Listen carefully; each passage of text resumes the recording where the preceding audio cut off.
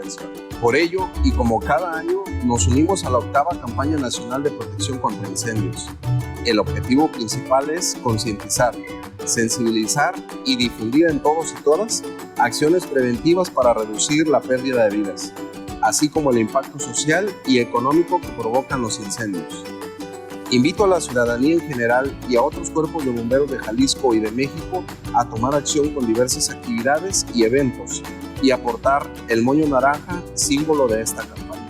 Este año en particular es muy importante, ya que por primera vez celebramos este 8 de octubre como el Día Nacional de la Prevención de Incendios.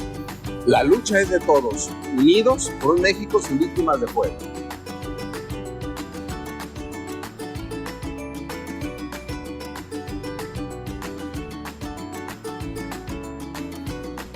Zapopan, ciudad de las niñas y niños.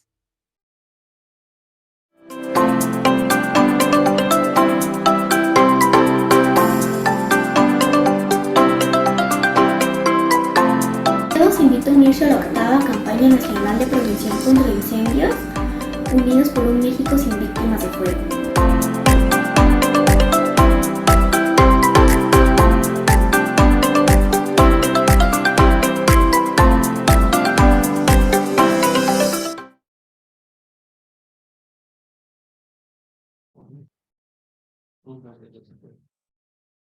Hola, buenas tardes a todos y bienvenidos a este 6º evento de la 8ª Campaña Nacional de Prevención contra Incendios.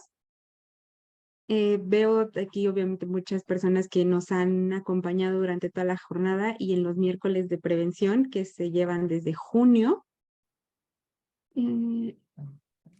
Les acabamos de pasar un video de Valentina. Valentina, pues es una niña que desafortunadamente fue víctima del juego, pero que tuvo una resiliencia y una capacidad de salir adelante impresionante. Ella autorizó y quiso contar su historia, su testimonio, para evitar que más personas puedan sufrir lo que ella sufrió en su momento. Entonces, ese testimonio lo van a poder encontrar en las redes sociales y en la página de prevenir.org para que puedan conocer un poquito más de Vale y puedan darle la importancia que se requiere a la prevención de incendios. El que sigue aquí. Y como siempre, les hacemos la mención, el Consejo Nacional de Protección contra Incendios está impulsando la iniciativa para poder conmemorar de manera oficial el 8 de octubre como el Día Nacional de la Prevención de Incendios. Obviamente esperamos que esto pueda ser ya una realidad próximamente. Y para las personas que están en Ciudad de México, vamos a tener un evento de cierre el sábado 8 de octubre. De igual manera, en un ratito más les comparto la información y la invitación para que nos puedan acompañar. El día de hoy nos estaría acompañando la psicóloga Rebeca Valdés López. Ella es encargada del área psicológica de la sección de niños con quemaduras y sus familias en el Hospital Civil de Guadalajara. Tiene una trayectoria muy, muy amplia tratando a pacientes y a familias que desafortunadamente fueron víctimas del fuego. Y el día de hoy nos va a hablar sobre las implicaciones físicas, emocionales, psicosociales y económicas de ser una víctima del fuego, una visión desde el núcleo familiar. Yo sé que siempre nos enfocamos en la parte de la víctima del fuego, de quien sufrió el accidente, pero hay muchas implicaciones alrededor de este incidente. Por favor, les recordamos silenciar sus micrófonos, si es en la medida de lo posible apagar la cámara para no interferir con la señal. Todas las preguntas por el chat serán respondidas al finalizar por la doctora o pueden levantar la mano. Y les vamos a dejar obviamente el correo de sugerencias y comentarios, tanto el celular como el correo electrónico para que puedan tener contacto con nosotros si tienen alguna duda o quieren unirse a la campaña nacional de prevención contra incendios. Y que sigue. Listo, pues doctora, ya la perdí. Ya no la veo. Nada. Aquí está la doctora.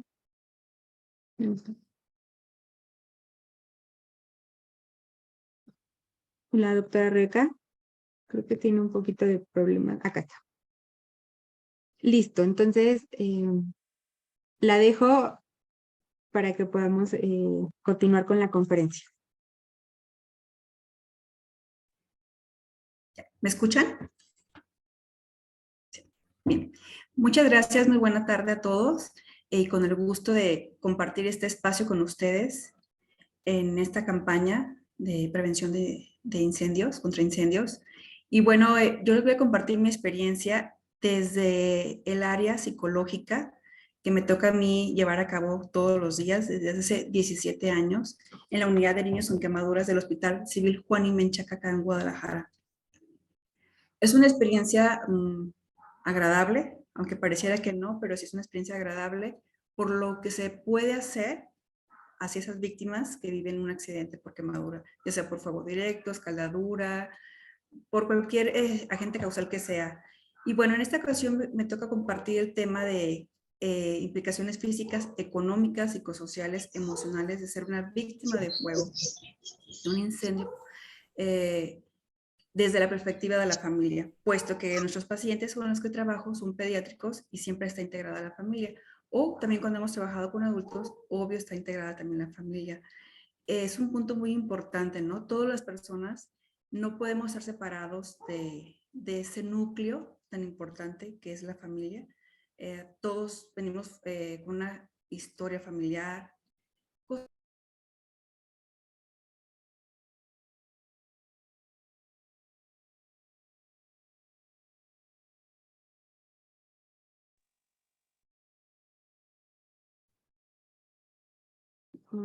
Creo que perdió un poquito la conexión.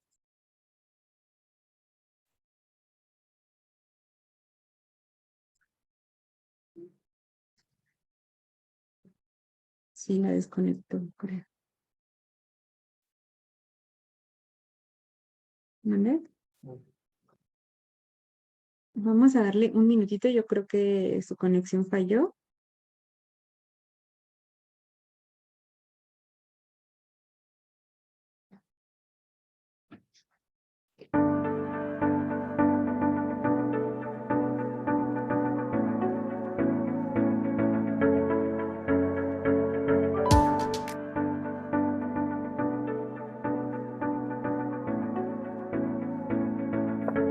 Yo me uno por él, mi hermano, porque quiero que viva feliz y seguro. Ellos son mis papás y me uno por ellos, porque han trabajado mucho por lo que tienen. Ellos son mis amigos y yo me uno porque los quiero mucho. Ella es mi esposa, mis hijas. Y porque nunca sabemos cuándo puede presentarse una tragedia, yo me uno a la campaña. Yo me uno por todos los que me importan a la campaña nacional de protección contra incendios.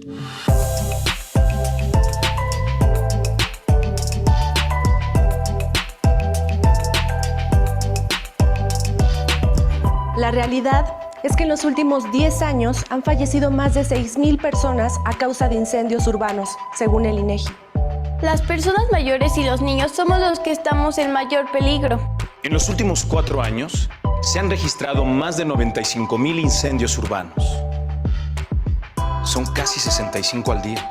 Las pérdidas económicas son grandes. Rebasan los 1,000 millones de pesos al año. Y si los incendios no se controlan en su etapa inicial, el fuego puede llegar a consumir el 100% de tu casa, mi oficina o cualquier otro inmueble. Organizaciones de la sociedad civil, empresarios y gobierno nos unimos en un frente común para evitar los incendios en el país. Hacernos conscientes del problema y fomentar una cultura de prevención para evitar la pérdida de vidas y disminuir el impacto social y económico de futuras tragedias. Visita prevenir.org.mx para saber cómo participar en las sesiones informativas, charlas de autoprotección, jornadas técnicas y simulacros. No importa si es desde tu casa, escuela o trabajo. Con tus amigos y tu familia queremos verte en acción. Comparte tus fotos y videos. Vamos a unirnos. Porta el moño naranja como distintivo de la prevención.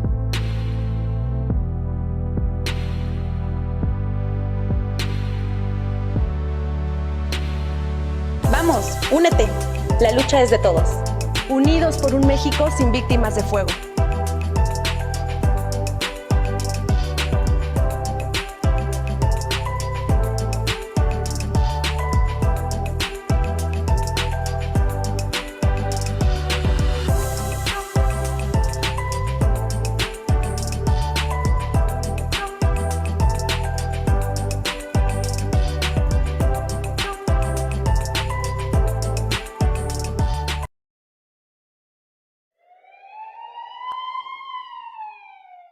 Buen día, los saluda el comandante Luis Arturo García Pulido.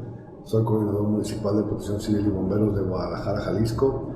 Este año celebramos la 8ª campaña nacional de prevención de incendios del 3 al 7 de octubre, la cual consistirá en jornadas de actividades de prevención en las que nos sumaremos, por supuesto, activamente a dar las recomendaciones de qué hacer antes, durante y después de un incendio.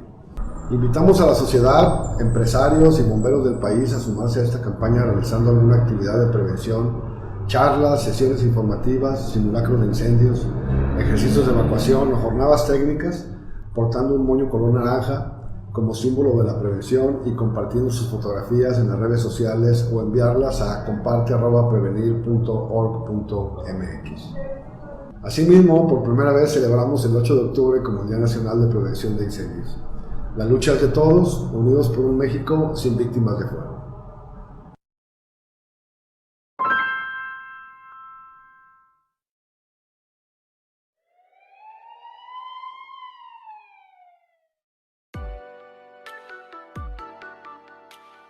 En nuestras casas tenemos un sinfín de combustibles que pueden proporcionar o originar algún conato o incendio en el hogar. Soy Ismael Custodio, oficial bombero chofer, y en este video te abordaremos algunas recomendaciones para la prevención de conatos e incendios en el hogar. Es importante estar al pendiente con las medidas de seguridad cuando estemos cocinando en la estufa con el fuego. Estar al pendiente de algunos utensilios que estén cerca de la llama o algún trapo cerca de la misma. Recuerde limpiar periódicamente la campana y la estufa cuando se llenan de grasas, ya que la acumulación de estas con la temperatura que se genera en la estufa pueden provocarnos un incendio. Recuerda que la mayoría de los accidentes por quemadura son regularmente en el área de cocina, principalmente cuando estamos calentando o está la llama encendida de la estufa. Retira a los niños del lugar para evitar alguna quemadura en ellos. Revisa periódicamente tus mangueras de gas LP. Si detectas fuga u olor, repórtalo inmediatamente al 911. Sal de tu casa, no actives ningún interruptor y espera las unidades de emergencia. Recuerda que otra de las causas más comunes de incendio en casa son la sobrecarga de electricidad en las clavijas y contactos en nuestro hogar. No se sobrecargues en un solo lugar. Si vas a necesitar más energía o vas a consumir más luz, te recomendamos que te acerques a algún técnico especialista en electricidad. Te recomendamos que adquieras detectores de humo. Estos te darán la alarma y aviso en caso de estar dormidos. Estos sonarán cuando detecten humo. Así también te recomendamos cuentes con un extintor a la mano. Te invitamos a elaborar un plan de protección civil en el cual incluya algún rol para cada miembro de familia en caso de una emergencia o contingencia. En caso de evacuación, asignar un punto de reunión al exterior del hogar. En caso de salida de emergencia, seguirá las rutas de evacuación mismas que no deben estar obstruidas ni pasillos ni las puertas. Ante la emergencia, lo importante es ponerse a salvo. Llama al 911. Recuerda, las redes sociales no son para reportar emergencias.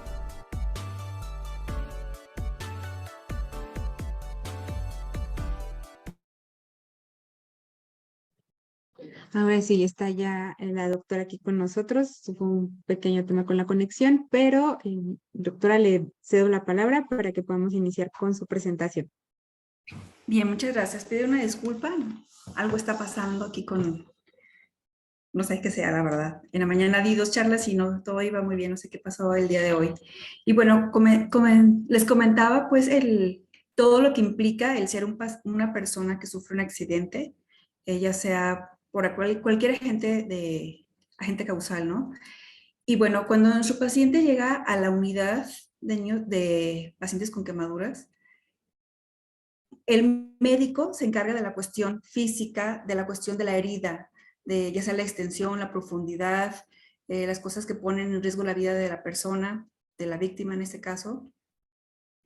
Y para el demás personal, pues igual, pero no nos tenemos que olvidar de los aspectos más importantes. La herida es una ventana a toda una serie de situaciones que lleva el paciente, ¿no?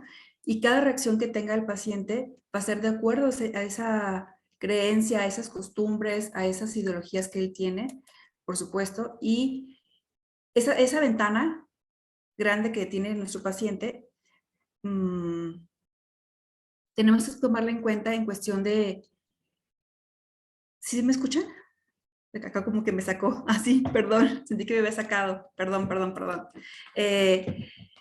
Ay no, qué fea, qué fea situación por el tema del internet, no sé qué esté pasando. Bueno, entonces les comentaba que nuestro paciente que vive ese tipo de accidente, pues trae muchas implicaciones físicas. Imagínense ustedes el sufrir un accidente por quemadura y de la noche a la mañana tener que dormir y despertar con secuelas físicas, ¿no? Secuelas físicas en nuestro cuerpo. Ustedes podrían vivir con esa situación de esa imagen, ese cambio de imagen, pues un poquito difícil, ¿no? Es como difícil de aceptar, vaya. Podemos decir, me corté, me quemé, me pegué mi mano en la cazuela y me quemé poquito, pero no es lo mismo tener una gran extensión en las quemaduras en tu cuerpo por un accidente, ¿no? Es difícil de sobrellevar. Y bueno, los recursos con los que cuenta la familia es muy importante. ¿Cómo está la familia antes de sufrir el accidente? Creemos que sufre el accidente la persona y ya, o sea, ¿qué implica eso? Bueno, la familia tiene una historia previa al accidente y, por ejemplo, si hay una situación problemática, dificultades económicas, historias previas de accidentes, pérdidas, eso hace que la persona reaccione de cierta manera, de acuerdo a la experiencia que él tuvo previamente el accidente. Entonces es muy importante conocer la historia de cada una de las personas que viven un accidente, conocer cómo se encuentran en todos sus aspectos, quiénes se quedan en casa, quiénes sufrieron el accidente, quiénes están a cargo de los hijos en casa, de la economía. Todas son herramientas para poder favorecer el ajuste y el proceso de rehabilitación de cada víctima que vive un accidente por fuego. Es un trabajo integral, no solamente es, como dije hace rato, enfocarnos a la herida, ¿no? A la extensión, a la profundidad. Y hay que poner mucho cuidado también la forma en cómo la familia lo está afrontando para que el paciente lo afronte. Es decir, si la familia tiene muchos miedos, muchas inseguridades, angustia, porque no tiene información sobre cómo va avanzando ese familiar de ellos, hay que apoyarles en toda la medida para que tengan conocimiento de cómo está la herida, qué tienen que hacer. Algo muy importante, ¿me pueden pasar la que sigue, por favor? Algo muy importante que tenemos que tomar en cuenta es cómo, y la que sigue, por favor, cómo es que tuvo la persona su primera experiencia inmediatamente que sucedió el accidente. Es decir, ¿dónde fue la atención inmediata o la primera atención después de la quemadura? Sufre el trauma de la quemadura. Es un dolor, un cambio muy fuerte en la vida de esa personita. Es un cambio tremendo. O sea, tener una vida normal, en el día al día, deambular, hacer, crear, y de repente sufre el accidente, ya sea por explosión, por un incendio, etcétera, etcétera. Entonces, es llevado a un centro de atención y de ahí empieza la importancia de considerar cómo ha sido su primera experiencia con el accidente. Si fue atendido en un lugar donde no tienen el conocimiento preciso y exacto de cómo tratar una herida, va a tener una experiencia ante esa primera atención. Si le causaron dolor, porque le tallaron, porque me decía ayer un pacientito que ingresó a nuestra unidad, me decía la mamá más bien, que cuando su niño se quemó jugando con pirotecnia, le dijeron en un centro de atención que le iban a tener que amputar 3 deditos de su mano. Entonces la mamá ya tuvo una experiencia previa muy grande ante esa situación, después de esa situación de la quemadura. Tuvo mucho miedo de decir, híjole, le van a amputar los dedos a mi hijo, a lo mejor pasa el rato la mano, porque así se lo hicieron saber, que no sabían si esto se fuera Voy a decir las palabras textuales del centro de atención.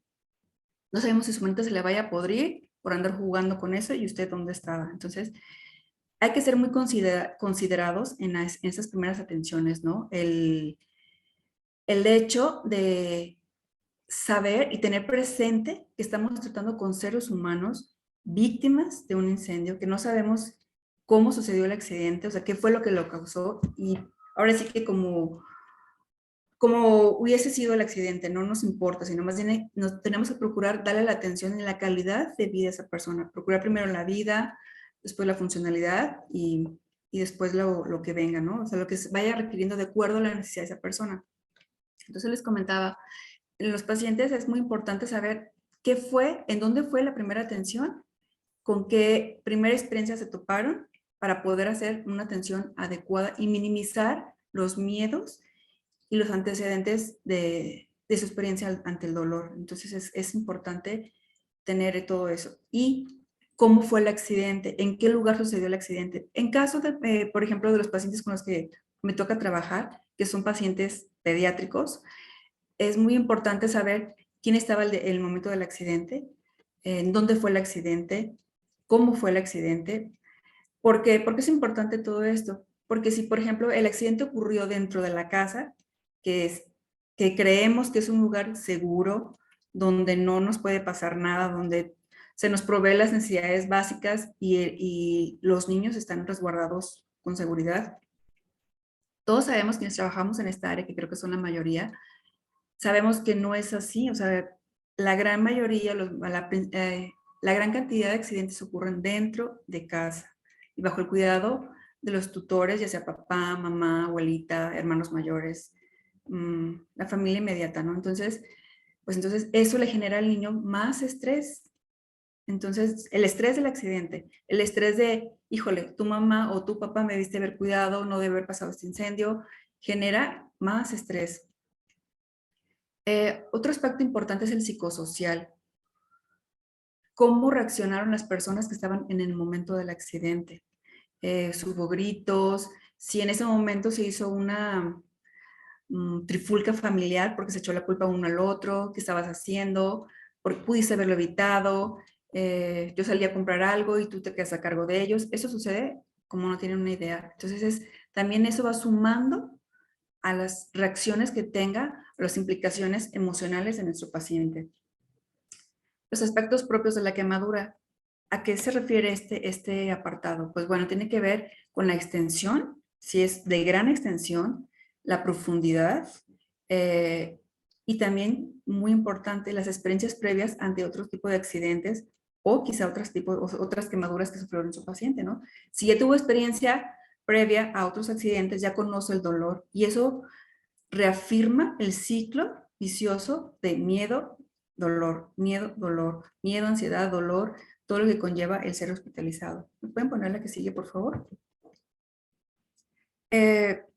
Y bueno, las necesidades del paciente van más allá de sus propias quemaduras. Es decir, si como ven en la diapositiva de ese pequeñito, el paciente está acostumbrado a ser un niño independiente, autosuficiente, que se mueve, que deambula, que se provee las cosas por sí mismo y tiene necesidad de estarse moviendo, pues también implica mucho el hecho de tener que estar en la cama, en un hospital, con personajes desconocidos, porque todos entramos con un equipo especializado para cuidar la exposición de las heridas.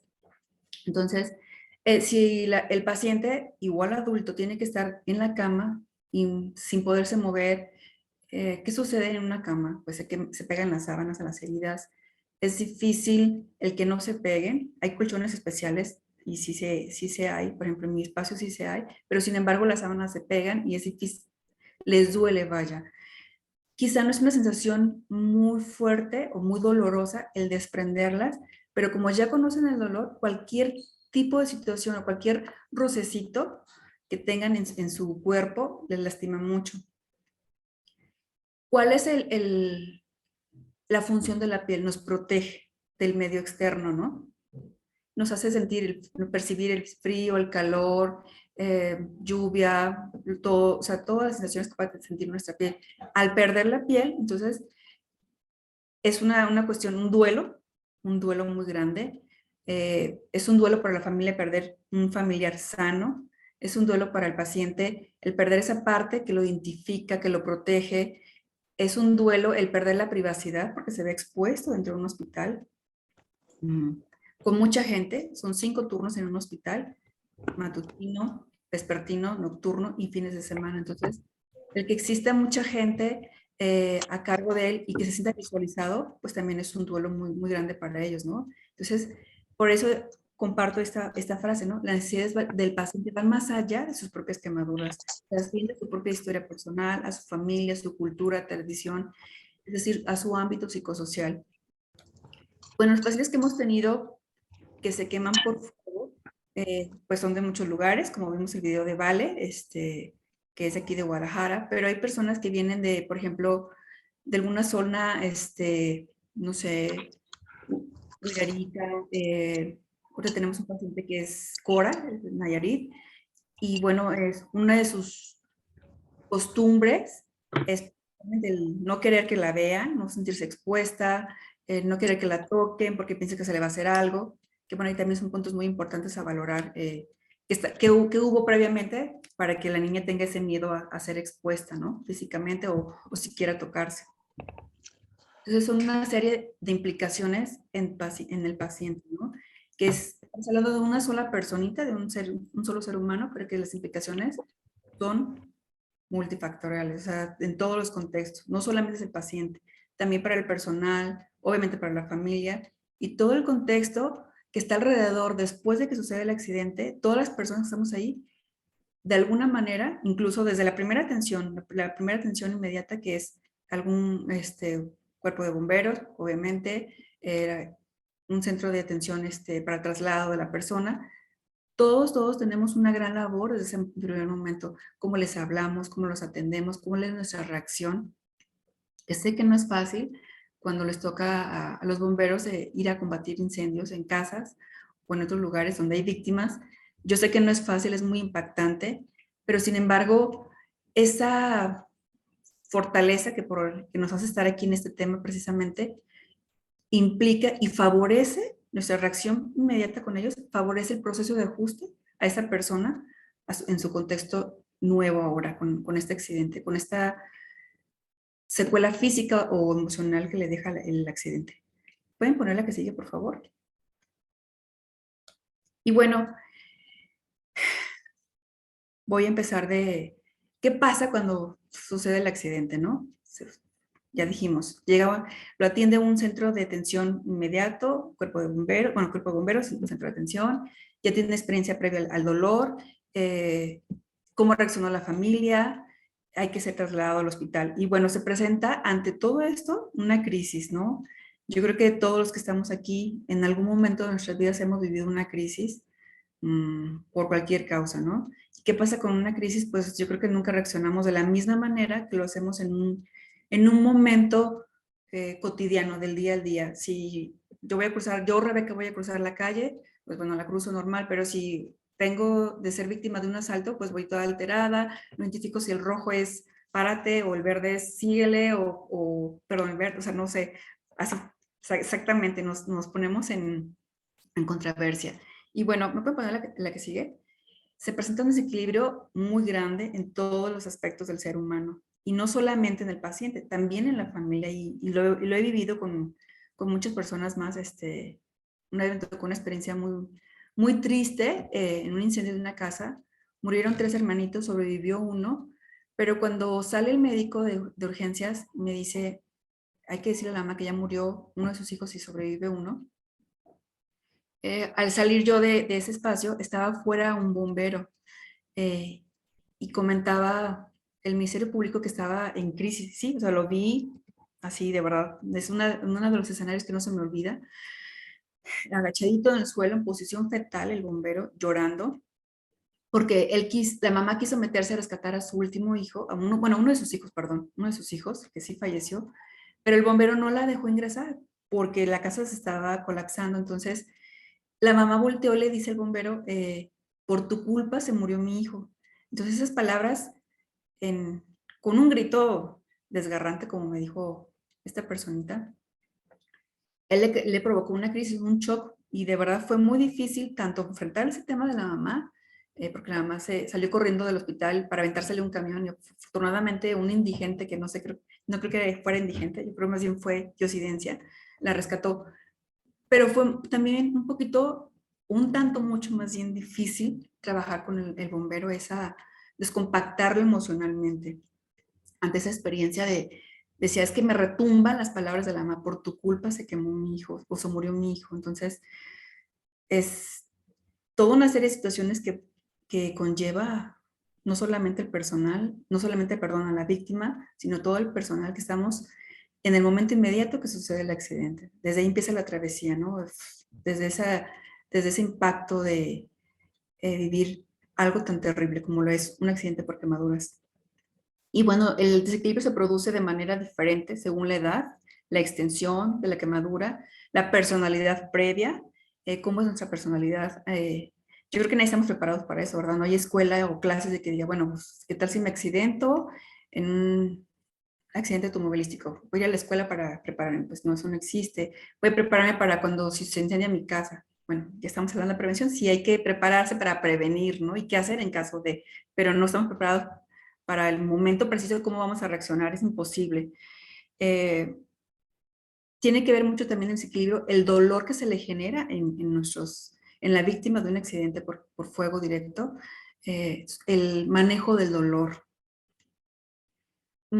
Es muy común que en la unidad de pacientes con quemaduras de mi hospital, los médicos digan, oye, es que el niño es muy aprensivo, es muy nervioso, está muy sobreprotegido por sus papás. Y yo siempre digo, híjole, ¿será realmente que eso pasa? ¿Es que de verdad el niño es un niño consentido, sobreprotegido, que es berrinchudo, a lo mejor que nomás quiere estar llamando la atención? Pues no, o sea, sufrió un accidente. Y yo creo que si alguien nos quemamos, no sé, queriendo prender fuego en una carnita asada o en estufa, con el cerillo, etcétera, etcétera, nos duele mucho. Imagínense una gran extensión en un pedacito de chiquitín, ¿no? Nuestros pacientes pues son de 0 a 4 años, la mayor incidencia. Llama mucho la atención en las estadísticas que la gran mayoría son niños. Y la agente causal principal acá con nosotros es la escaldadura. Pero el fuego ha sido últimamente como algo que es una constante, ¿no? Pocas veces ha sido por estalla el gas, el cilindro o el tanque de gas, pero por ejemplo en los incendios, como lo dije hace un momento, en las carnes asadas, ¿no? El típico, uno prende el asador y pues échenle alcohol y pues bueno, eso hace un fatal accidente.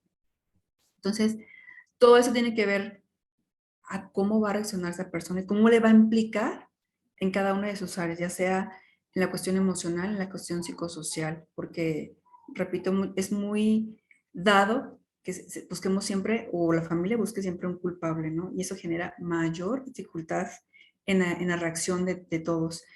También hablaba hace rato del estrés.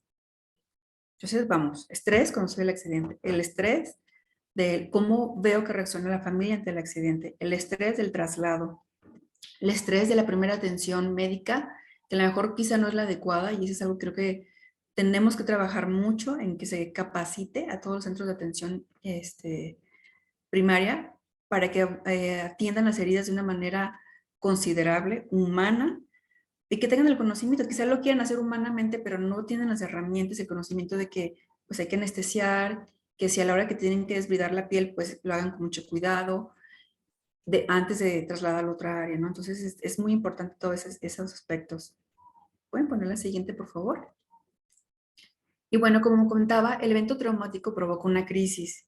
Y ante una crisis, como les comentaba hace rato, pues todo el mundo reaccionamos de manera diferente. Podemos vivir todos una crisis, un evento de un incendio o de una explosión, todos los que estamos aquí presentes, y cada quien va a reaccionar de manera diferente, ¿no? Pero lo que sí sucede en cada uno es una desorganización emocional, desde llanto, desde a lo mejor risa, desde a lo mejor angustia.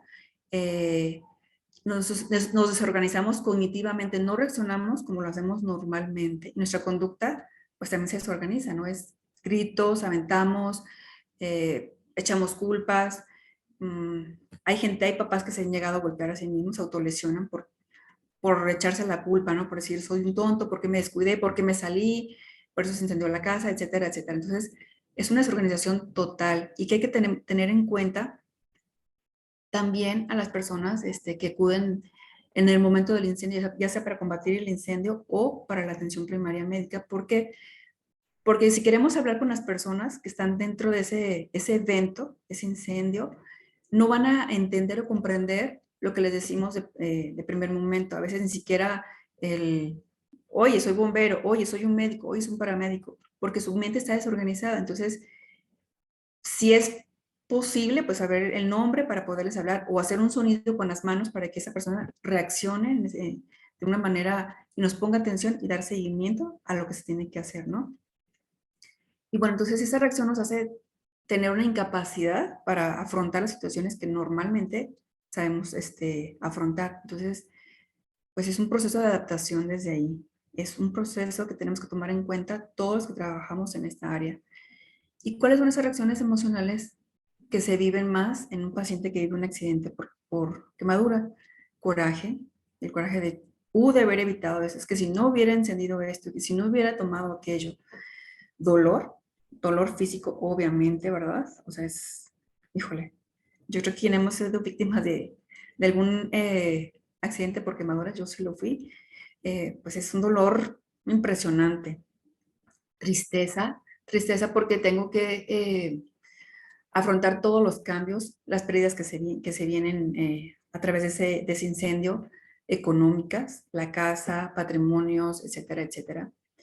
La impotencia de no poder cambiar, en el caso de los papás, cuando son pacientes pediátricos, de no poder controlar ese dolor en sus hijos. El decir, es común que yo a mi hijo le quite el dolor de cabeza con una pastillita, el dolor de la barriguita con un tecito, le sobo la barriga, etcétera, etcétera.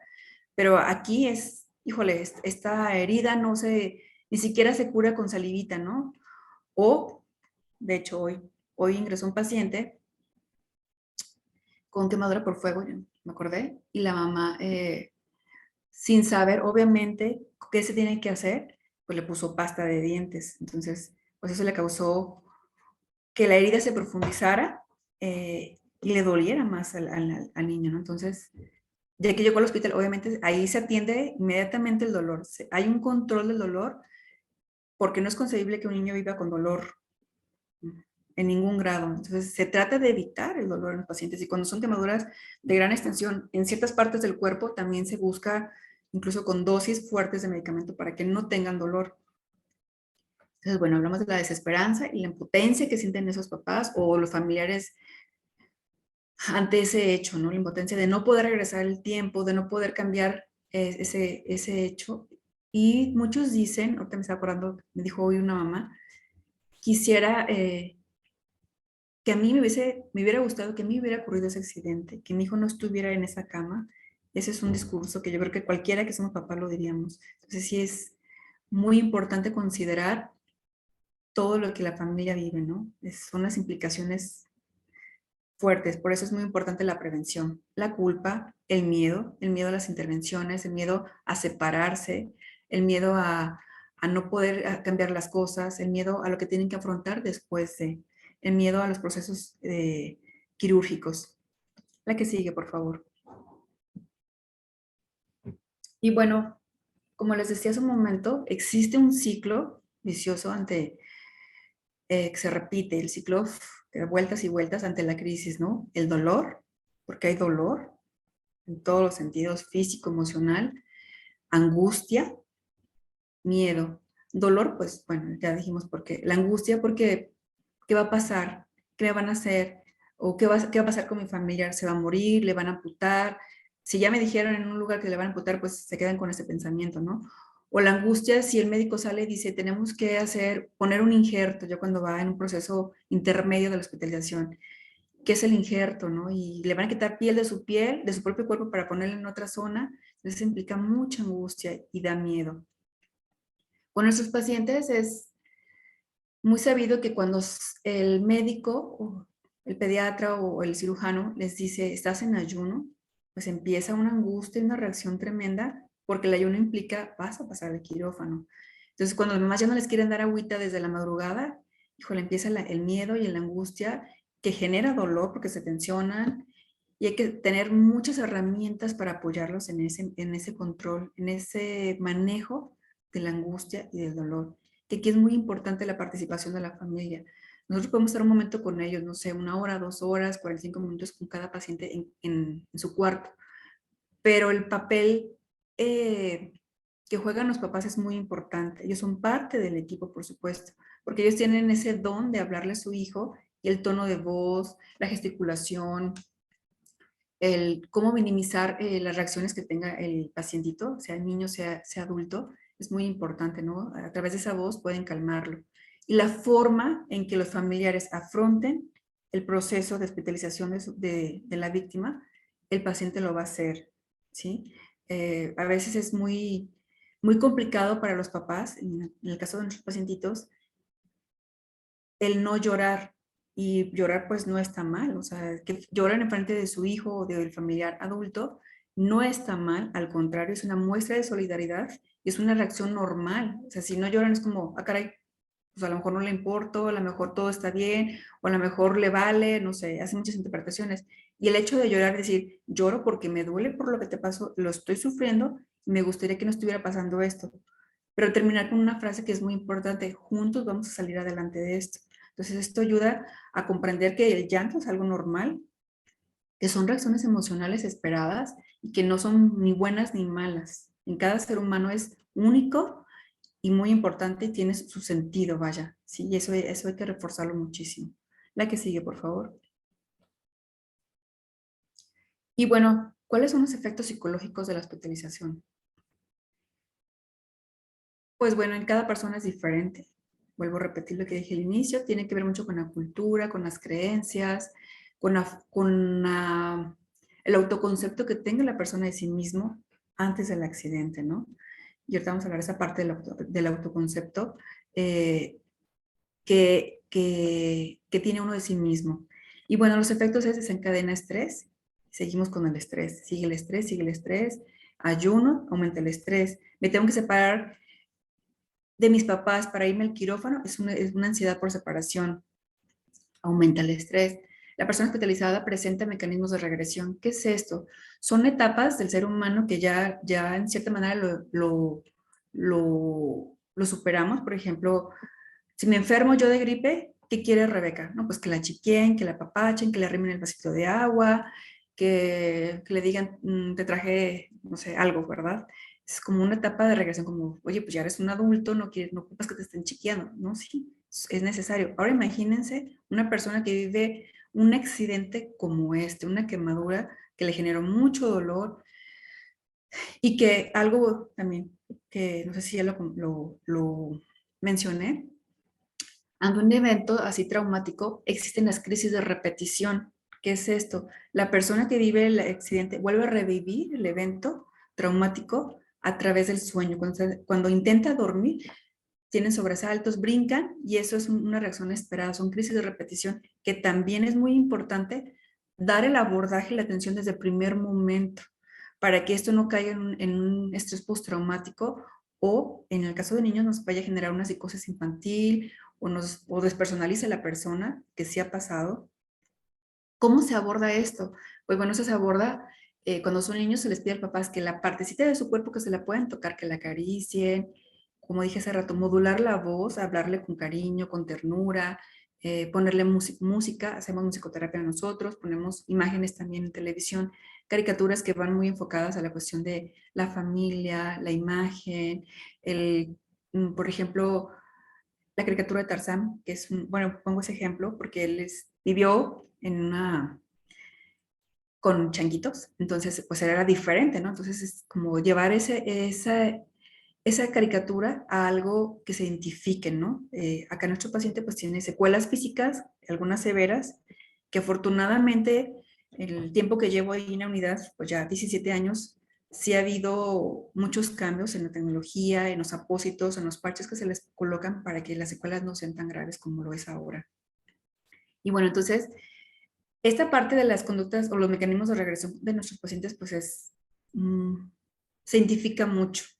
Están acostumbrados a que todo se les da al pie de la cama porque así lo requieren, porque así lo necesitan, y eso hace que el niño demande más atención, pero es la parte de la convalecencia, del miedo a ese dolorcito, entonces hay que apoyarles en eso. Eso no es una conducta de capricho, de berrinche, no lo es así. O cuando son pacientes también pediátricos, no quieren que papá o mamá se vaya al baño pues, o que se separe poquito de ellos, entonces lloran y pues, es muy complicado que un papá se desprende de su hijo al ver ese llanto desgarrador. Entonces, sí, ahí tenemos que hacer mucha psicoeducación para que el paciente comprenda que mamá o papá o tío, abuelita, quien sea, tiene que ir a comer, tiene que ir a bañarse, tiene que ir a hacer sus piernitas y para poder seguir estando ahí. Todos esos son puntos muy importantes que tenemos que tomar en cuenta desde el primer momento que sucede el accidente. Entonces, ¿qué pasa si mamá o papá se alejan o si cuando son adultos la esposa se aleja, pues se sienten abandonados? Por lo mismo esas reacciones o esas reacciones de regresión, ¿no? Me abandonaste, te fuiste, no te importó, yo aquí en el hospital, tú allá muy bien, tú desayunaste tus taquitos de barbacoa y yo aquí comiendo comida del hospital que ni siquiera le ponen sal, que ni siquiera le ponen grasita, ¿verdad? Todo aquello que es muy rico, pues se los quitan ahí. Entonces, sí genera ese pensamiento de verdad de abandono, cuando no es así. ¿Por qué? Porque se encuentra en un entorno ajeno a él, con personajes desconocidos. Repito, tenemos un equipo especializado, un equipo especial, perdón, para ingresar cada paciente, el gorro, cubrebocas, bata esterilizada, guantes. Entonces, pues lo único que ven es nuestros ojitos y la voz. Entonces, es muy importante cómo nos comunicamos precisamente con el paciente, cómo es nuestro primer encuentro con él. Tenemos que buscar que nuestra figura le genere seguridad al niño o al adulto, desde el tono de voz, el buenos días, cómo amaneciste, cómo pasaron la noche, cómo te sientes, qué tal te va, todo eso, pero a través de nuestra voz es muy importante la forma en que nos comuniquemos. Yo creo que a nadie nos gusta que nos digan, ¡hey! ¿Cómo estás? O ya no llores, que sí pasa mucho, ¿verdad? Ya no llores, no ganas nada con llorar, eso lo escuchamos muy seguido, pero pues sí ganas mucho con llorar. Sacas o expresas tu sentir, ¿no?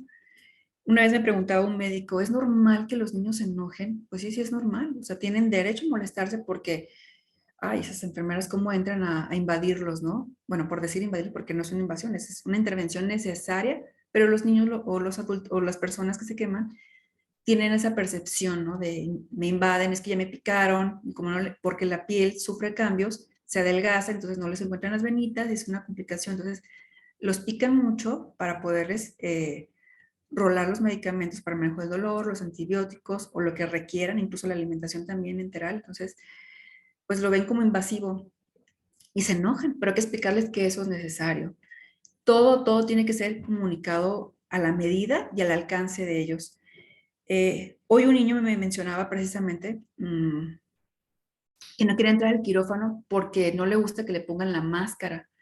Si esta máscara me da mucho miedo. ¿Y a qué máscara se refería? Pues a la máscara que le ponen para anestesiarlo.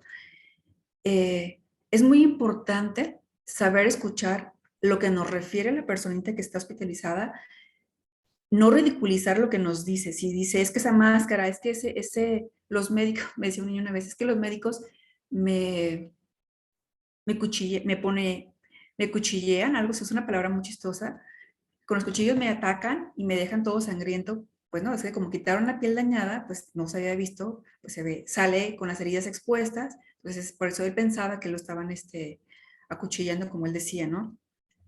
Entonces hay que saber qué creen ellos para, en base a esa creencia, abordar y manejar ese pensamiento y favorecer y no tenga ese miedo, ¿no? Que reduzca el miedo, vaya, en la medida de lo posible, pero nunca ridiculizar lo que nos digan los niños o las personitas.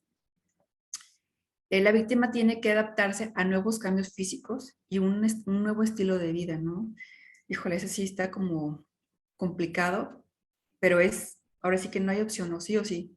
Entonces, yo creo que en una situación normal, si nos dicen, pues tienes que adaptarte a este cambio porque, pues, te tienes que cambiar de lugar, de silla. Ah, bueno, está bien, pues ni modo, ¿no? Y a veces así renegamos. Imagínense en un contexto con una persona que sufre una gran extensión de quemadura, entonces sí es, híjole, ¿cómo? Sí, o los niños es más complicado porque están acostumbrados a moverse por su propia naturaleza, a movilizarse, explorar, subir, bajar, y de repente te tienes que estar en esta cama donde no te tienes que mover porque si te mueves te duele, estás conectado a la sonda a la sonda que te están canalizando, a la sonda por donde te están alimentando, etcétera, etcétera. Son muchas complicaciones. Y un nuevo estilo de vida, pues no estás en tu casa, en tu espacio, olores, sabores, la comida, extrañas a tus hermanos, a tu familia, esposa, esposo, hijos, etcétera, etcétera. Entonces son una serie de situaciones, implicaciones grandes. La que sigue, por favor. Bueno, hablando y siguiendo, perdón, con el tema de los efectos psicológicos, tiene que ver mucho la edad y el desarrollo biopsicosocial, cómo se acostumbra a desenvolver en su medio psicosocial en el que está envuelto, ¿no? Si es un niño de edad escolar, cómo se desarrolla en escuela, si convive con más niños, si habla, no habla, etcétera, etcétera. Entonces, esas cuestiones que son muy importantes que tenemos que tomar en cuenta. Si tiene alguna otra complicación en su salud, que también es muy importante. Los aspectos propios de la quemadura, que ya lo he mencionado, experiencias a otros eventos traumáticos, efectos familiares, restricción de las visitas. En esta unidad, puesto que es una unidad de terapia intermedia, no se permiten las visitas del tío, la tía, el vecino, la comadre, la vecina comedida, así le llamamos en un trabajo de prevención que hacemos junto con Bomberos de Zapopan, la vecina comedida. ¿Por qué la vecina comedida? Porque siempre es la que llega con la mostaza, con el caldo de frijoles, la clara de huevo, la cal, la pasta de dientes para ponerle la herida cuando se quema el niño de recién. Entonces, todas esas cuestiones, esas visitas no se pueden permitir en el hospital para evitar infecciones, y más ahorita con el tema del COVID, de la influenza, etcétera, etcétera, y más porque nuestros pacientes que llevan mucho tiempo hospitalizados, pues pueden generar de cortesía, de estar en un hospital, vaya, infecciones. Entonces es para evitar en la medida de lo posible mayores complicaciones.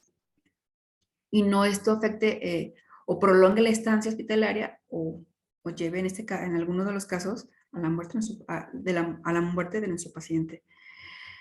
Alteración de la dinámica familiar. Es algo muy importante. En la unidad se trabaja no solamente con el pacientito y el familiar que está ahí, sino quiénes están en casa, quién está a cargo de ellos. Si el accidente ocurrió cuando nuestro paciente estaba a cargo de un hermano de 8 años, de 12, de la abuelita, de la tía, de la comadre, de alguien, o un adulto mayor, que es mucho esto lo que sucede, también nos importa esa persona cómo se encuentra. Entonces hay que darle una atención. ¿Quién va a llevar a los hijos que están en casa a la escuela? ¿Quién se va a encargar de ellos? ¿Quién les va a dar de comer?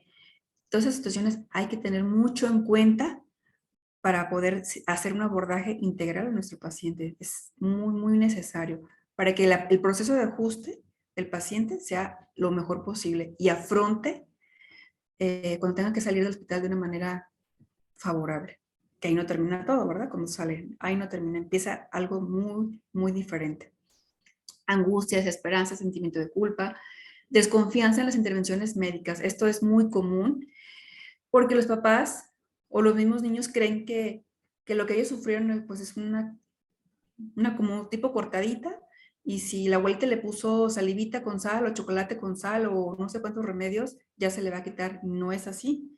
Se les explica cuántas capas de la piel tenemos las personas, qué implica que se queme la primera capa, la segunda capa, la tercera capa, de acuerdo a la agente causal. Entonces, todo eso es muy, muy importante explicárselos precisamente para que no crean que no se está haciendo nada médicamente, que sí se hace, pero que es un proceso que nos lleva tiempo, vaya. Y todo lo que se tiene que regenerar para que el paciente pueda, o lo familiar pueda ver su herida de manera diferente. Ideas mágicas de una pronta y completa recuperación es parte de lo mismo, ¿no? Creemos que se va a recuperar pronto y que nos vamos a ir mañana de alta porque ya lo atendieron, ya le pusieron vendas y ya no le vio la herida, entonces parece que todo está bien. No es así. Hay que ayudar a los familiares y al paciente a que aterrice, que es un proceso, puesto que, bueno, en nuestra área son quemaduras graves, no son quemaduras de primer grado, entonces es explicarles todo lo que conlleva, ¿no? La que sigue, por favor. Y esta parte del proceso de adaptación psicosocial, pues como dije, inicia desde el primer momento que sucede el accidente, y esas primeras personitas que atienden el incendio, que atienden a la persona que sufrió el accidente, inicia ahí el proceso de ajuste, de cómo le hablamos, cómo es atendido, cómo es movilizado, si se le explica, si se le habla por su nombre, todas esas cuestiones que creemos que no son importantes, pero que sí lo son. Y son muy importantes también para las personas que intervienen en esos momentos, ¿no? El hacer una atención en un combate de incendio donde hay víctimas, es muy importante tomar control también de uno mismo, ¿no? El cómo está sintiendo mi cuerpo, qué está sintiendo mi cuerpo, cómo está mi respiración, quién soy, con quién estoy, con quiénes me estoy, me puedo apoyar, para que a la hora de estar con la víctima, nuestra posición sea un poquito, en la medida de lo posible, firme, que no es siempre, no se puede controlar todo, ¿verdad? No todo lo podemos controlar, pero sin embargo sí, que poner atención en nosotros favorezca este proceso de ajuste de las personas. Entonces, esa experiencia, la adaptación se logra en base a la experiencia con el personal. Ha pasado también mucho, me causa a veces risa, pero ya no sé cómo controlar esto. Hay personas que llegan personas de intendencia o de algún otro lugar que tienen que hacer su trabajo dentro de los aislados de los pacientes y se quedan viendo así la herida y, híjole, pobrecito, ¿qué te pasó? O voltean con la mamá, chin, va a quedar feíto, ¿verdad? Entonces, todo eso lo tenemos que cuidar. Es todo, sí, ahora sí que hacer malabares para que lo que decimos o no decimos, cómo lo decimos, todo lo que no se dice y lo que sí se dice, cuidarlo muchísimo, desde nuestra gesticulación, ¿no? Desde nuestra cara de, ay, híjole, chin, pues, híjole, se ve como necrosada la zona, pues ya eso también genera mucho estrés en todo el entorno familiar y del paciente. Y como lo afrontemos, como bien dije hace rato, la comunicación es muy importante para que favorezca ese proceso de ajuste. Su experiencia ante el control del dolor. Si el control es bien regulado, su proceso de adaptación va a ser favorable. Hay ciertas zonas del cuerpo, o como lo es la parte de la pierna, donde es como la espinilla, lo típico que se le llama así, cuando son quemaduras en esas zonas que son terminales muy pegadas a la piel, genera mucho dolor, y así les pongan dosis altas de morfina, les genera mucho dolor. En mi experiencia me ha tocado vivirlo eso, porque así lo refiere el paciente, y por supuesto que les creo. Es muy importante saber esto y también explicárselos y generar estrategias para ese control del dolor, de musicoterapia, de terapia lúdica, para que eso de alguna manera no perjudique la forma de afrontarlo. Y el apoyo recibido de la familia, las redes de apoyo. También es complicado esta parte cuando son pacientes foráneos, que por ejemplo no viven aquí, que son Zacatecas, Michoacán, no sé, de Colima, de Aguascalientes, no sé, y no tienen familiares. El que sea solo un familiar el cuidado, no tenga con quién apoyarse económicamente, también es muy importante. Esas implicaciones económicas son las que pueden mucho, puesto que a veces no tienen ni dinero para bajar a comer, ni siquiera un jugo, un café, una tortilla con chile, vaya. Pareciera como algo sin importancia, pero sí lo es. Hay que tener conocimiento de todo esto para apoyar a la familia y no tengamos dos hospitalizados, uno porque no comió y el otro porque sufrió un accidente. La que sigue, por favor. Y bueno, hay que tener en consideración que si el niño tiene miedo al dolor, a que le hagan daño, a cualquier procedimiento, como dije hace rato, si él se imagina lo que él se imagina, hay que tenerle mucha atención, puesto que eso le va a ayudar, le va a perjudicar o le va a ayudar. Y también la expresión de los sentimientos de dolor en cada persona es diferente. No lo expresan los niños de, híjole, Chihuahua, ¿por qué me quemé? Me duele aquí, me duele allá. A veces no lo identifican. Como es una quemadura de gran extensión, hay que ayudarle. Es picazón, es comezón cuando es el proceso de cicatrización, te arde, te está punzando. Es muy importante saber identificar o ayudarle al niño que lo identifique para le puedan medicar o lo podamos trabajar de manera psicológica, de una manera necesaria a él, necesaria a esa personita, no a lo que todos suponemos, ¿no? Cuando son niños, la que sigue, por favor. Cuando son niños es difícil porque muchas veces preguntamos, ¿qué te duele? ¿Cómo te duele? Y los papás contestan, entonces hoy ¿le duele a usted o le duele al niño? Bueno, eso lo pienso por dentro, pero no lo menciono. para que el niño, si no le duele cierta área, el niño, perdón, no lo dé por hecho. Entonces, los papás modelan la reacción de su hijo. Si el papá dice, es que a lo mejor le duele la cabeza, el niño va a decir que le duele la cabeza porque no sabe identificarlo, entonces hay que ayudarle.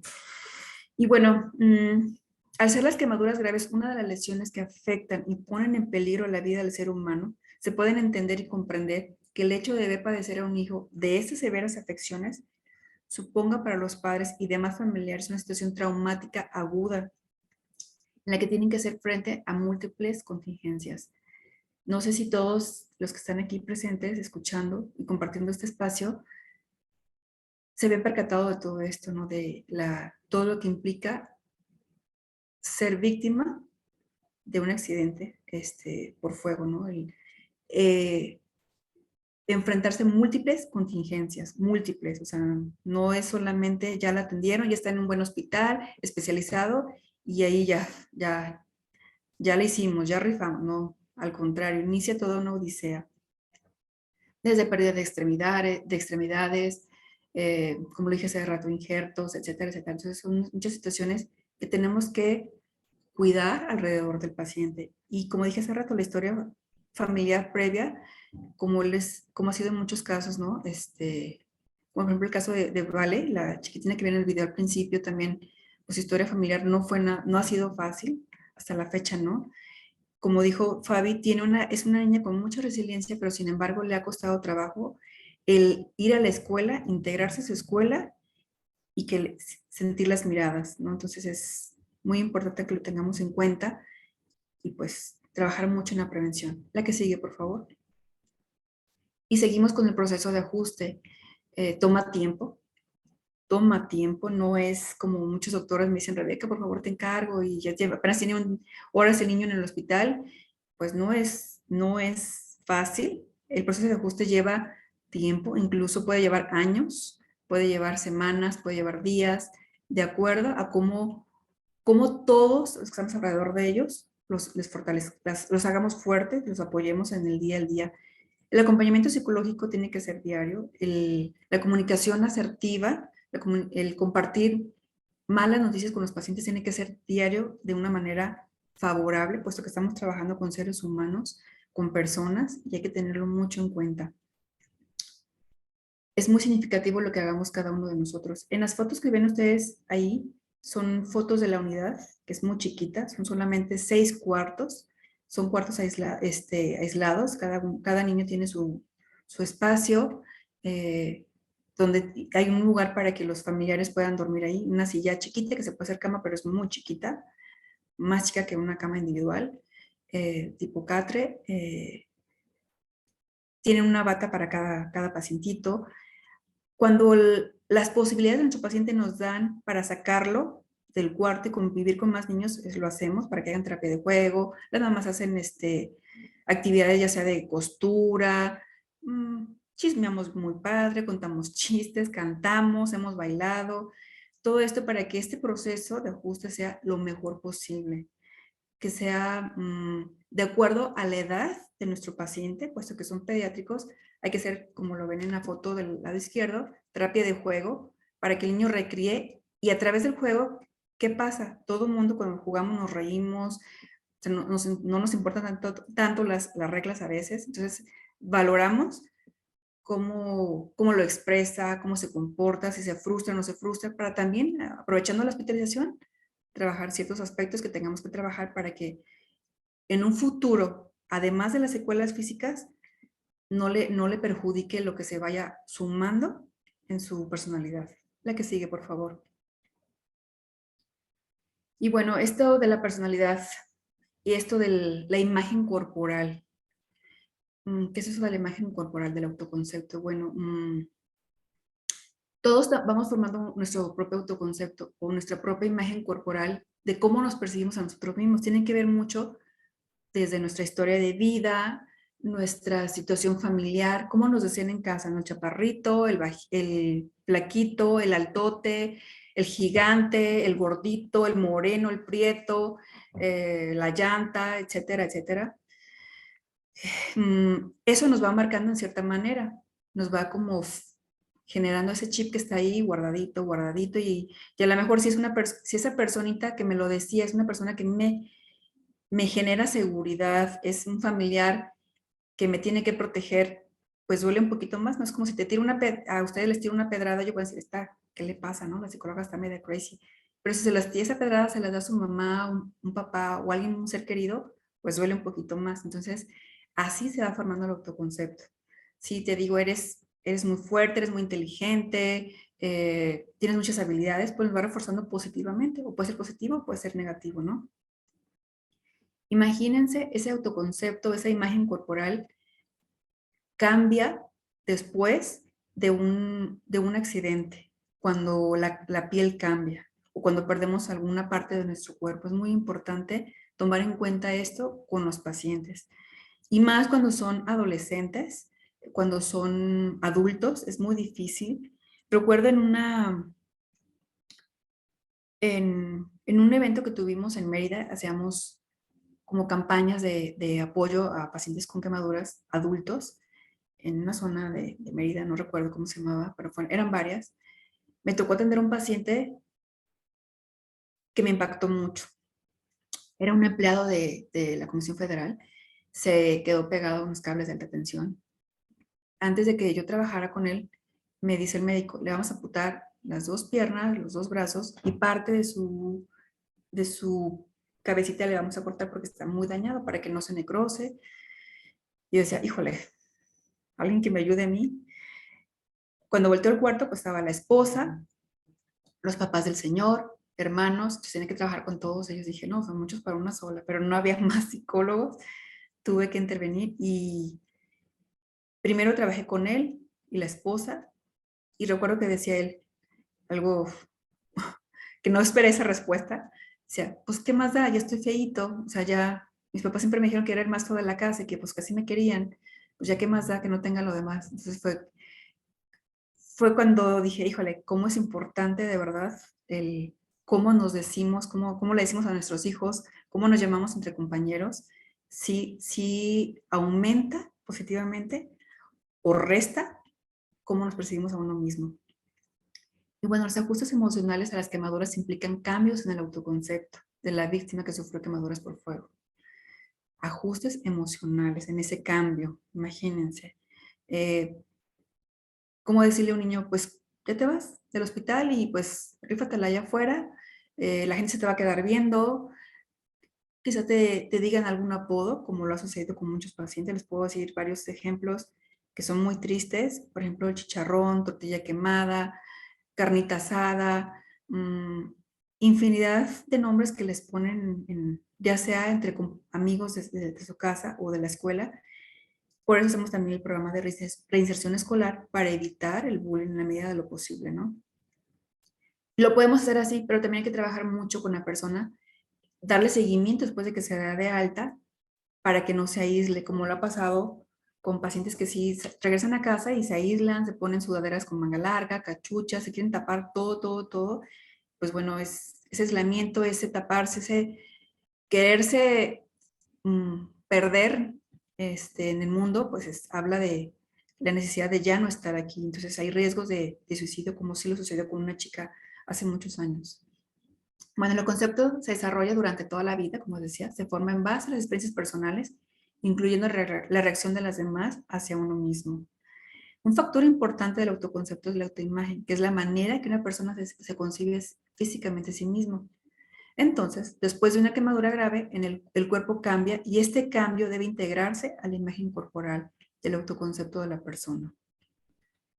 Lo leí muy fácil, pero realmente el comprenderlo, pues no lo es así. La que sigue, por favor, para la persona que vive ese cambio en su cuerpo. Y bueno, cuando el médico o el equipo lo hablamos, el paciente ya se va a dar de alta, hay que irlo preparando, hay que irlo destetando de la alimentación, hay que irlo destetando de la morfina o del medicamento que tenga para el control del dolor. Empieza ahí a temblar el equipo de psicología. ¿Por qué? Porque sabemos que afuera vienen muchas cosas, como les comentaba, ¿no?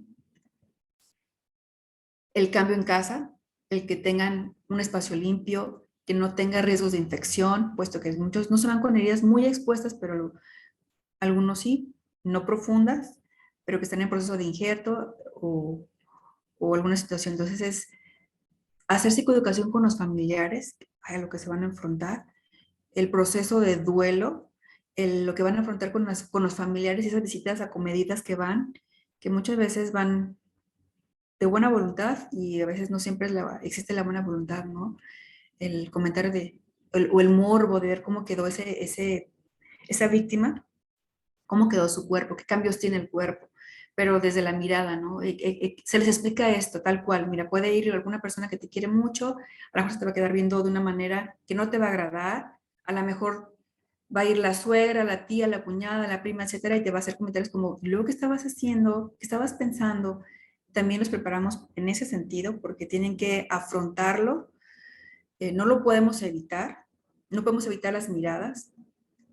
Es muy difícil, pero sí hay que darles herramientas para que lo afronten de una manera favorable. También recuerdo un niño que se quemó por fuego directo en una ladrillera y cuando la mamá me lo llevaba a mi terapia después de que se dio de alta, me decía la mamá, es que me peleé con un señor en el camión porque se le quedó viendo a mi hijo y le dije, ¿qué lo ves? Y una serie de cosas. Así reaccionaba ella. Pues el niño reaccionaba igual. Y en la escuela, pues el niño, ante ese aprendizaje, ante ese modelamiento de la figura materna, el niño se enojó porque un compañero se le quedaba viendo su bracito porque no tenía 2 deditos en la mano. El niño agarró un lápiz y se lo encajó a su compañero en la mano. Entonces, por eso es de que es muy importante ese trabajo previo antes de irse de casa, ¿no? Hacerle ver al niño que él no es una quemadura, que él no es las cicatrices, es un ser humano con las mismas ganas de jugar, de reír, los mismos sueños de crear algo, y que hay que hacerlo, que resignifique ese accidente y que le encuentre un sentido de acuerdo a sus habilidades.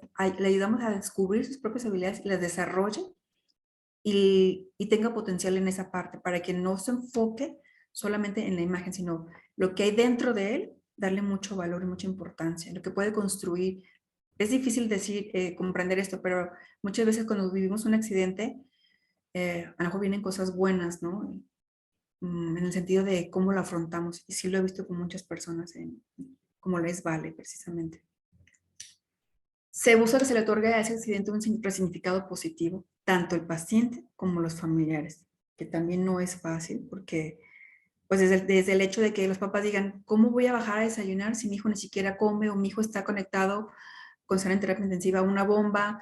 ¿Cómo voy a comer si mi hijo ni siquiera se puede mover? Pues sí, hay que comer porque la barriga tiene que estar llenita para que tenga fuerzas para seguir adelante con esto, que no es fácil y hay que cargar de gasolina, ¿no? Entonces se les explica y es difícil ese resignificado positivo, pero es más bien buscar el para qué sucedió esto, qué cosas se tienen que arreglar en casa, desde, por ejemplo, otro ejemplo que les puedo compartir es cuando ya hay conflictos en la relación de pareja y se quema un hijo, el conflicto se puede acrecentar o mejora, y ese es un papel muy importante también del equipo de psicología para que esto se ajuste de la mejor manera, ¿sí? Y bueno, eso se trata de que sea a pesar de esa experiencia no agradable y que la vida sea o pueda ser mejor. La que sigue, por favor. La reinserción escolar es muy importante, como les decía, y lo hemos trabajado con bomberos de Zapopan y con otros departamentos hace mucho tiempo, con Tonalá, Tlaquepaque, aquí en Guadalajara. Lo considero importante porque cuando el niño nuestro paciente es de edad escolar y va a regresar a la escuela, se les invita al director de la escuela, al encargado de la escuela, que nos cuente todos los grupos de la escuela, de primero, sexto, sí, secundaria, primero, tercero, todos, A, B, C, D, lo que sea. ¿Para qué? Para explicarles qué fue lo que pasó o qué fue lo que vivió la experiencia de la personita que sufrió el accidente en el hospital. No para evidenciar, en la medida de lo posible, como nos lo permiten los familiares, por supuesto, o el mismo paciente, se dice solamente lo que ellos nos permitan, para que tomen conciencia, no para que lo sobreprotejan o lo consideren como algo especial, ¿no? Sino para que también hacer conciencia de prevención, que si juegan con fuego, que si juegan cerca de donde hay leña prendida, etcétera, etcétera. Pero sí hemos tenido muy buena respuesta. Se paró esto por la pandemia, por muchas situaciones. No lo hemos vuelto a hacer, pero estamos precisamente trabajando en ello porque es muy, muy importante. Además, pues de que un punto importante es la prevención. Lo hacemos en toda la escuela y se les da la comisión a los alumnos de la escuela que son los proveedores de la prevención, ¿no? Que son promotores de la prevención, o sea, que tienen que llevar esa información a sus primos, tíos, vecinos, amigos de todas las áreas para poder hacer en gran magnitud prevención. Y bueno, antes de abandonar el hospital, el paciente y su familia se preocupan mucho, ¿no? Como les comentaba, esta parte principal del entorno al mundo exterior, ¿no? Que hay afuera, que los miedos, cómo voy a curar la herida, qué le voy a decir a las personas, cómo voy a cuidar a mi hijo de las miradas. Pues no lo podemos proteger, no lo vamos a poner en una burbuja, hay que afrontarlo de una manera asertiva, ¿no? Es decir, como tú ves a tu hijo, así las personas lo van a ver. Y así es, si lo veo con compasión, con lástima o sobreprotección, tu hijo no va a crecer, no va a ser autónomo otra vez, no va a ser autosuficiente. Entonces, es un punto que estamos trabajando de manera constante desde el primer momento también.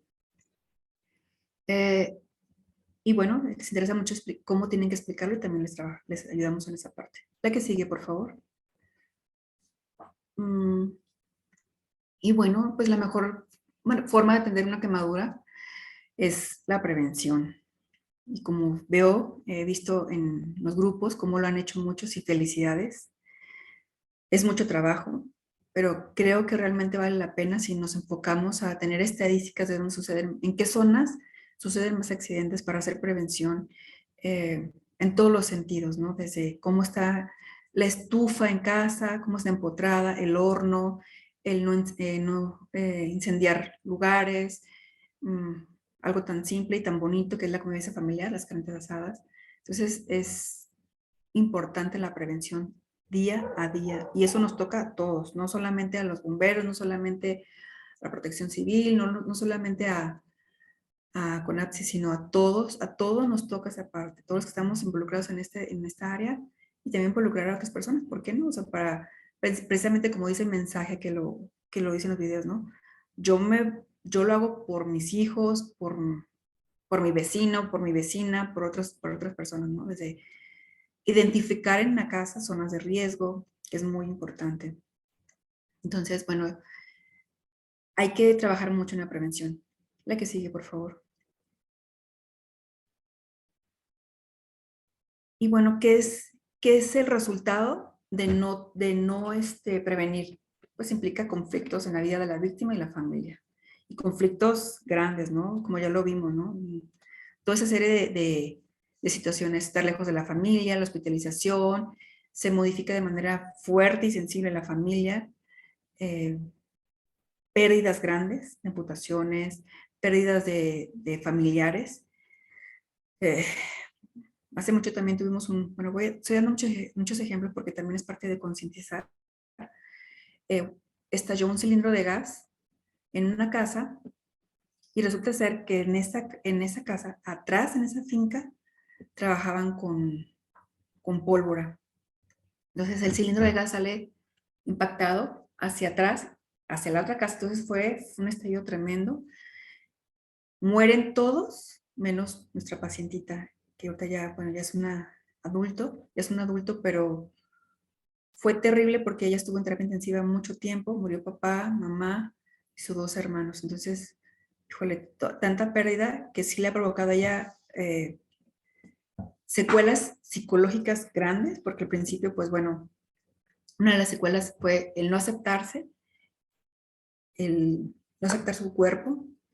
Por las secuelas físicas, se empezó a tatuar todo el cuerpo, consumía drogas, fue internada en varios centros, escapaba, llegó incluso a cometer crímenes fuertes, se hizo adicta al sexo. Entonces fue una serie de situaciones muy, muy, muy tristes para la vida de la persona cuando son víctimas de fuego y genera pérdidas grandes. La que sigue, por favor. Bueno, ya es todo. Así es todas las implicaciones que conlleva. Y bueno, hablando de las implicaciones económicas, pues bueno, en muchos de los casos, tristemente los familiares tienen que vender casas, empeñar casas. Me ha tocado escuchar muchas historias de empeñamos el carro, estamos muy endeudados, perdimos el negocio, tuvimos que vender incluso ropa, me han dicho mis papás, tuvimos que vender la ropa que teníamos en casa, la tuvimos que llevar al mercadito y al tianguis y deshacernos de todo para poder tener, aunque sea para los chocomiles del día al día de los familiares que están ahí. Entonces, cosas así tan tristes y tan reales, vaya. Me decía una vez una persona que fue a visitar la unidad, pareciera que acá dentro de la unidad del hospital es otro mundo y afuera es otro mundo donde nadie nos damos cuenta de lo que está viviendo un paciente que sufrió un accidente por quemadura. Y es así, es un mundo diferente. Todo un hospital, pero pues, bueno, yo que estoy metida en ese espacio de la unidad de atención integral a niños con quemaduras, es así, o sea, salimos a la calle es como, ay Dios, si hay otro mundo, si existe, porque estamos sumergidos en la historia de cada uno de nuestros pacientes y sumando y apostándole a su recuperación de una manera integral, ¿no? En nuestra unidad es todo un equipo multidisciplinario, cirujano plástico, pediatra, anestesiólogo, enfermera, rehabilitador, psicología. Todo es un equipo multidisciplinario con personal capacitado. Tomamos cursos. Mi jefe es uno de los pioneros en esta área de quemaduras. A nivel internacional da cursos. Parece que estamos todos muy preparados y lo digo con mucho orgullo. Pero ojalá no tuviéramos que estarnos preparando cada día más, porque creo que nunca es suficiente para atender a ese tipo de pacientes y tenemos que estar siempre cada vez en constante capacitación. Y bueno, pues creo que por mi parte es todo. No sé si existan preguntas, aportaciones. No sé si hay alguien ahí. Hola, doctora. Sí, sí, sí, aquí estamos, aquí estamos. Pues tenemos, por ejemplo, un par de preguntas y comentarios. Roberto Lemos dice, ¿cómo se acompaña emocionalmente a un niño cuando las quemaduras son provocadas por el cuidador? O sea, en una situación de violencia intrafamiliar. Híjole, eso sucede también con frecuencia. Primero, número uno, en nuestra unidad no nos toca hacer las cuestiones de investigación, pero sí estamos obligados todos, como lo marca la norma 046, que trabajamos con menores, identificar si hay indicadores de posible abuso o omisión de los cuidados, como en este caso. Sí nos llega tristemente, frecuentemente pacientes que fueron quemados por el abuelito, por el padrastro, por la madrastra, por la mamá. ¿Cómo se aborda esa parte? Bueno, primero es identificarlo, poderlo identificar, que no sean posibles indicadores, que sea real para poder dar parte al comité de niños de malos tratos y después ya a fiscalía. Pero con el niño no se le puede decir, no se le puede hacer preguntas porque así no lo marca la ley. ¿Quién te quemó? ¿Qué te hizo? ¿Te dolió? ¿Te puso el cerillo? No sé, te incendió, etcétera. Eso no le podemos preguntar a un menor así. Eso ante la ley está penadísimo. Entonces, todo es, como dije hace rato, a través de la terapia lúdica, para que el niño exprese sus emociones, su sentir y decir, bueno, cuando es el tema de la familia y se tiene que llevar al niño a una casa hogar o retirarse al niño de la familia de alguna manera, pues sí se habla con el niño ya no vas a poder estar con papá y con mamá, con tus hermanos, porque vas a ir a un lugar donde vas a jugar con más niños. Ahora sí que dependiendo de la historia y el caso, y la edad del menor también, se tiene que empezar a abordar esa parte desde un principio, desde que decimos, ya hay indicadores de maltrato, lo empezamos a abordar. Y si hay un cuidador cercano a él que no esté en riesgo el menor, también lo abordamos para que nos ayuden a ese proceso también. También es todo implica mucho trabajo.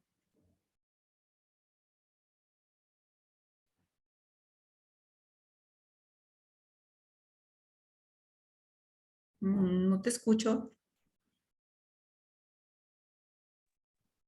Ok, la doctora Elizabeth Palafox nos hace un comentario. Sigue siendo súper importante la comunicación y realmente saber que los familiares entendieron dicha información para poder tratarlos a nivel físico y a nivel mental y a nivel emocional, ¿no? Sí. Y justo no generar en el niño una sensación de culpa y de responsabilidad, ¿no? Que el niño no se responsabilice por lo que le pasó y por lo que está pasando en casa a raíz de su accidente. Exactamente, la comunicación. Ahorita que comentas esto, Fabi, presente que dice la doctora, la comunicación, cuando trabajamos con niños nunca hay que suponer que el niño es valiente, que el niño es fuerte, que es un superhéroe. No llores para que tu mamá y tu papá se pongan mal. Nunca hay que decirles eso. Es a él, precisamente para no darles una responsabilidad que no les corresponde a esa edad y en el contexto en el que están. Entonces sí es muy importante decir, si tienes ganas de llorar, pues llora. Si tienes ganas de enojarte, pues te enojas. Y si no, y si él dice no puedo, pues sí, no puedes. No tiene que estar bien para que los demás estén bien. Es parte de la misma comunicación precisamente. Así es, no responsabilizar a nadie, quitar la culpa, ¿no? Creo que esa es la principal línea de trabajo con la familia y con el niño.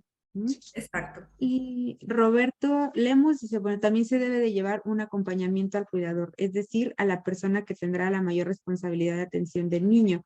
Ser cuidador es un rol estresante, doloroso, desgastante y en algunos casos incomprendido.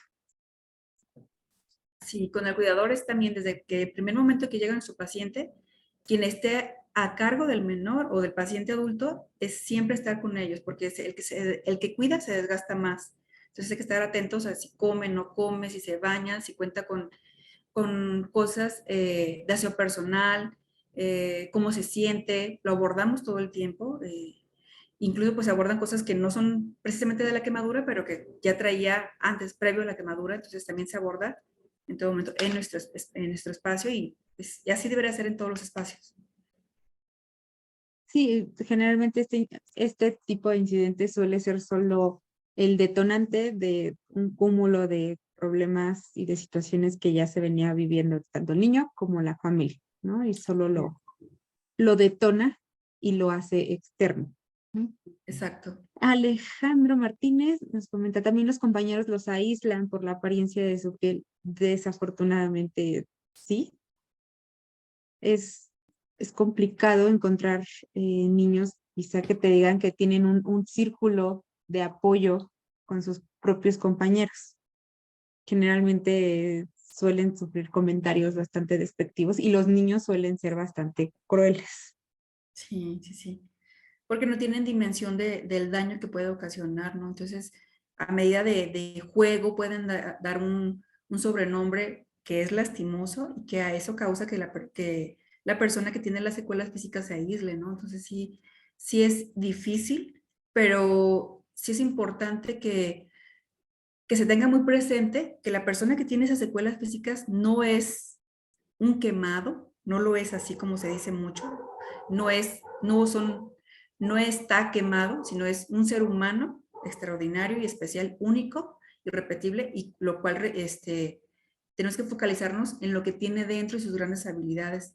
Pero eso, vuelvo a repetir, se dice fácil, ¿verdad? Pero quien lo vive no es así.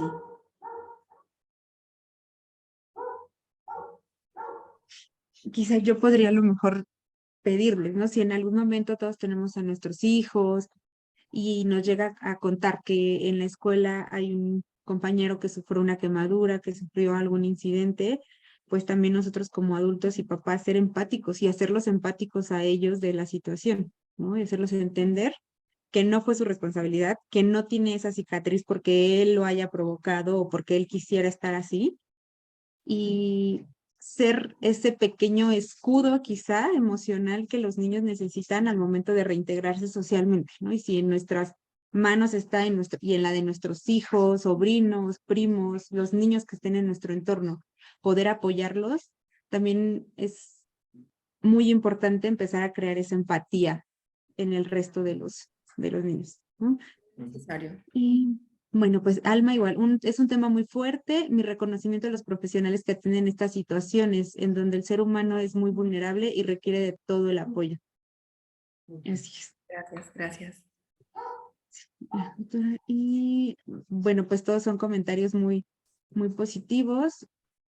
La doctora Elizabeth, ¿no? Que el espacio y el ambiente pueden dar dicha información, debemos de tomar educación psicológica para apoyar y saber cómo dar las malas noticias. Sí, el saber compartir malas noticias tiene mucho que ver, ¿no? No hay un ABC como tal. Ah, miren, ese es el ABC. No, pues son como pasos o componentes muy importantes, ¿no? El no mentir, no postergar el compartir la noticia, porque luego de repente ha pasado de que le van a amputar una piernita a un niño o un brazo, y si no lo hablamos inmediatamente, cuando el médico nos dice, y el fin de semana alguna enfermera comedida o sin querer queriendo se le sale, ¿verdad? O al papá o a la mamá ya explicó la situación del paciente y se puso mal cuando no hay personal psicológico en fin de semana. Entonces sí hay situaciones que se tienen que tomar en cuenta: la comunicación, el tono de voz, el espacio, el ambiente propicio, precisamente que no sea de mucho ruido, donde pasa y deambula mucha gente, darle el tiempo necesario para que la persona reciba la información y la capte de una manera muy adecuada para ellos. Entonces sí es cierto esta parte, Fabi, de que exista cursos y capacitaciones de cómo dar malas noticias precisamente para que no tengamos mayores efectos psicológicos. Y pues Juan Carlos dice algo muy importante, nos falta tener más información que llegue a todos los hogares para tener una cultura de prevención.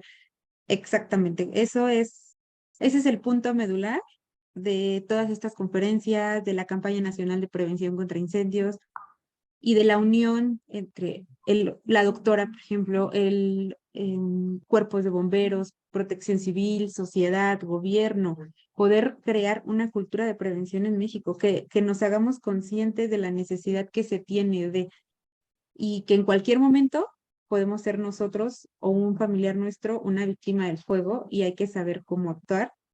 Y si nosotros estuviéramos en esa situación, creo que nos gustaría mucho recibir tanto el apoyo económico, emocional, social y familiar de toda la gente que nos rodea para poder salir adelante de. Así es. Bueno, pues a nombre del Consejo Nacional de Protección contra Incendios, le otorgamos el presente reconocimiento a la doctora en psicología Rebeca Valdés López por su participación en la 8ª Campaña Nacional de Prevención contra Incendios con el tema implicaciones físicas, económicas y psicosociales y emocionales de ser una víctima del fuego. Una visión desde el núcleo familiar, celebrado el día jueves 6 de octubre del 2022. Doctora, de verdad que es un tema muy interesante, fuerte de tratar, sí, porque no se habla de estos temas, es como si fuera un tema oculto.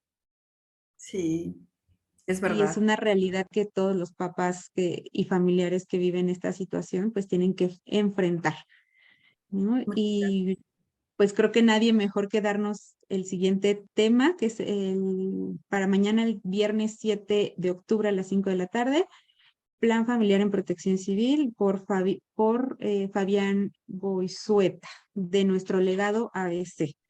Esta es la asociación que se creó a raíz de el incendio o el accidente de la guardería ABC. Y creo que nadie mejor que ellos para podernos hablar de estas implicaciones psicológicas, emocionales en torno a un incidente.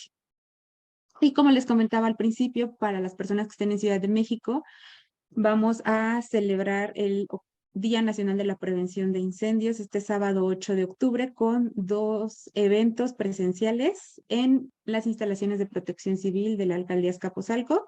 Les vamos a compartir toda la información. Los eventos estarán empezando a las 9:30 de la mañana. Para papis estará prevención de incendios en el hogar y uso y manejo de extintores.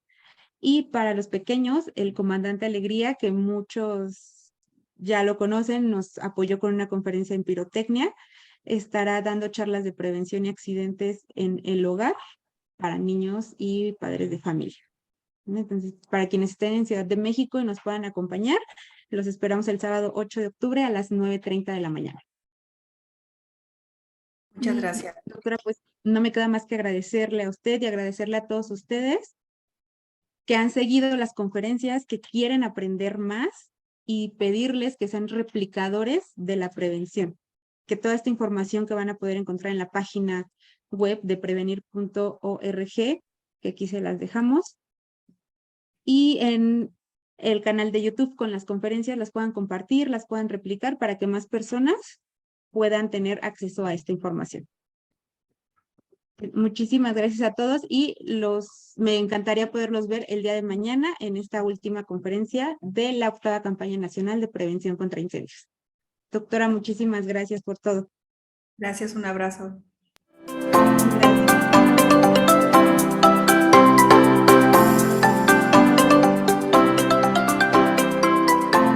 Los invito a unirse a la 8ª Campaña Nacional de Prevención contra Incendios, Unidos por un México sin víctimas de fuego.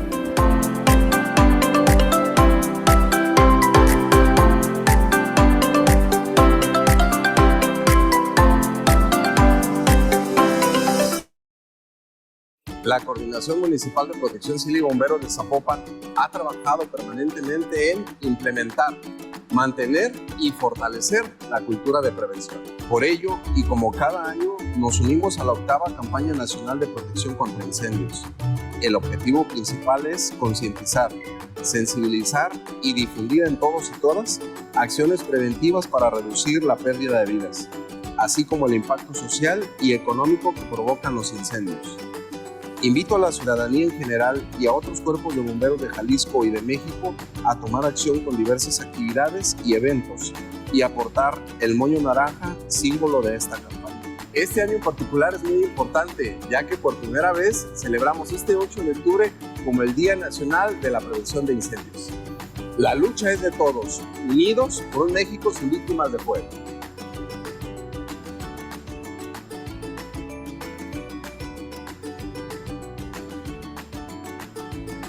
Gracias.